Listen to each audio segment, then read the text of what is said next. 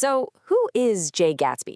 Seriously, he's one of the most famous characters in all of literature, but when the story kicks off, he's a total enigma. He's this icon of wealth, the host of these absolutely legendary parties, a man just surrounded by whispers and rumors. So let's do this. Let's piece this puzzle together, just like our narrator does, and try to find the real man hiding behind the myth. Okay, so the whole story really begins with this piece of advice. It was given to our narrator, Nick Carraway, by his father, and it's our key for how to see everything that's about to unfold. See, Nick's been taught to hold back his judgment, which, you gotta admit, makes him the perfect fly on the wall for the completely wild summer of 1922.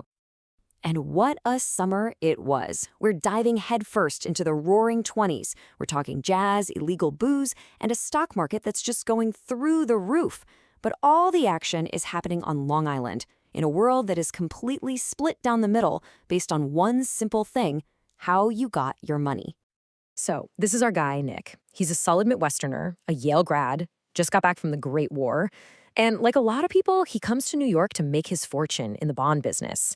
He's really just looking for some of that excitement and adventure the East seems to promise everyone. You have to understand the social map here. It's basically divided into these two eggs. You've got East Egg, which is all old money. We're talking aristocratic, families with names, inherited wealth.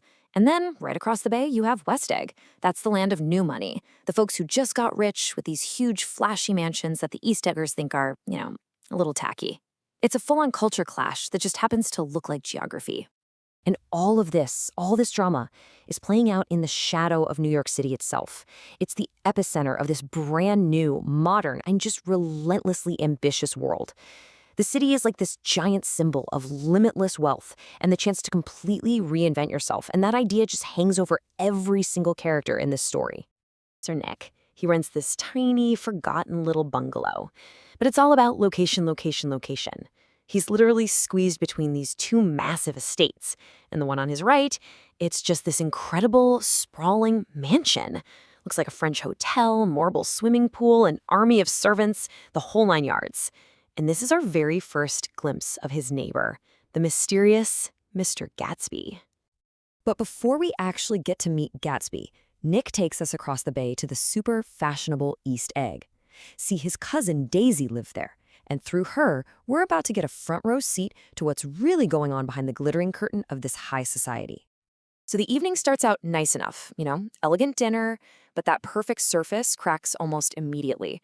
Daisy's husband, Tom, is just this brutish, arrogant guy. Immense physical power, tons of inherited money. Daisy, she's beautiful and charming for sure, but you can just feel this deep unhappiness right below the surface. And then the whole illusion shatters when the phone rings, and everyone at the table knows exactly who it is. Tom's mistress, calling from New York. Wow. This one line tells you everything you need to know about Daisy's worldview. She's talking about her own baby daughter, and this is what she hopes for her. It's just this incredibly cynical, tragic admission that, in her world, maybe the only way to survive is to be a beautiful little fool, blissfully unaware of how awful things are. Now, between the glittering eggs and the shining city, you have this, the Valley of Ashes. It's a grim, gray, industrial dumping ground. It's really the moral junkyard of the story, where all the consequences of that wealth and carelessness just get left to rot. And watching over it all are these giant feeding eyes on an old billboard, the eyes of Dr. T.J. Eckelberg. It's like the eyes of God, just watching over a place that everyone else has forgotten. And it's here, on the edge of the Ashes, that Tom's mistress, Myrtle Wilson, lives. Tom actually drags Nick along to meet her, and they all end up at this small, tacky apartment in the city for a party. Suddenly, the glamour of East Egg feels a million miles away. This scene is all cheap whiskey, nasty gossip, and pure desperation. And the party comes to a sudden, violent end. Myrtle, she gets drunk and defiant, and she starts chanting Daisy's name over and over. Tom's response? He hits her with an open hand and breaks her nose. Just like that. It's a swift, brutal act that just shows you the ugly violence simmering right under the surface of his supposedly civilized life. All right, so after seeing the ugly reality of Tom and Daisy's world, we can finally turn our attention back to that glittering mystery next door. It's time to talk about the world of Jay Gatsby, the man who is the subject of endless speculation. Gatsby's parties are, well, they're the stuff of legend. Every weekend, his house turns into this public spectacle, just overflowing with guests, a full orchestra, bootleg liquor flowing like water. We're talking hundreds of people showing up, like moths to a flame. And here's the craziest part. Almost none of them were actually invited. Most have never even laid eyes on Gatsby himself. When there are no facts, the rumors just run wild. I mean, his own guests trade these crazy stories about him. Was he a German spy? Did he kill a man? Is he related to German royalty? Is he a bootlegger? The speculation is totally out of control, and it creates this aura of, like, dangerous romance around him. Everyone's got a theory, but absolutely nobody knows the truth.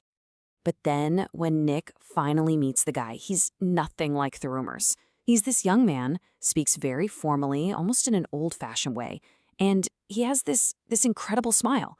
It's one of those smiles that makes you feel completely seen, totally understood, like it believes in the best version of you.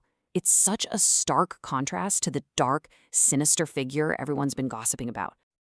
But here's the thing. Even when Gatsby tries to give some facts about his life, they don't quite feel real.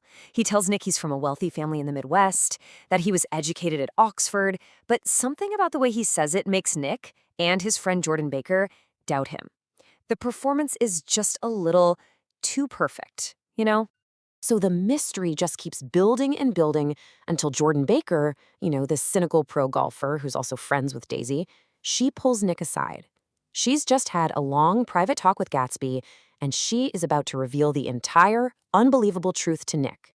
Jordan takes us back in time, way before the mansions and the wild parties, back 5 years to her hometown of Louisville, Kentucky. And it's right here that all the puzzle pieces finally start to click into place. And here it is, the story.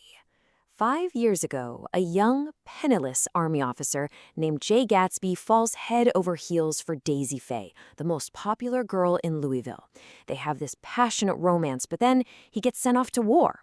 Daisy's family pressures her, and she doesn't wait. She marries Tom Buchanan for his money and his social standing. Gatsby comes back, but it's too late. Now, 5 years later, he's shown up again, fabulously rich, right across the bay from her. And just like that, it all makes sense.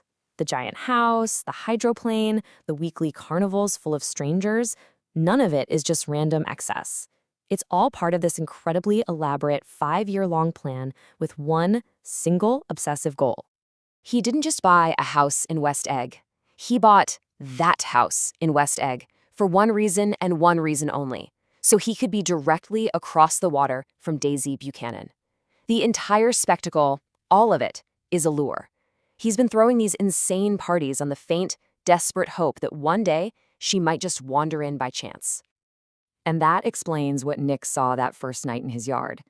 Gatsby wasn't just staring at the stars. He was reaching out for a single green light at the end of Daisy's dock. It's a symbol of everything he wants, so close he can almost touch it, but always, always just out of reach. That is who Jay Gatsby is, a man who has built an entire empire just to recapture a dream.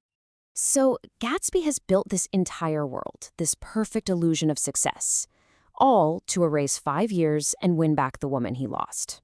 But the question that just hangs over everything, the question for the rest of the story, is, can a dream that's built on nothing but money and illusion ever really recapture the past?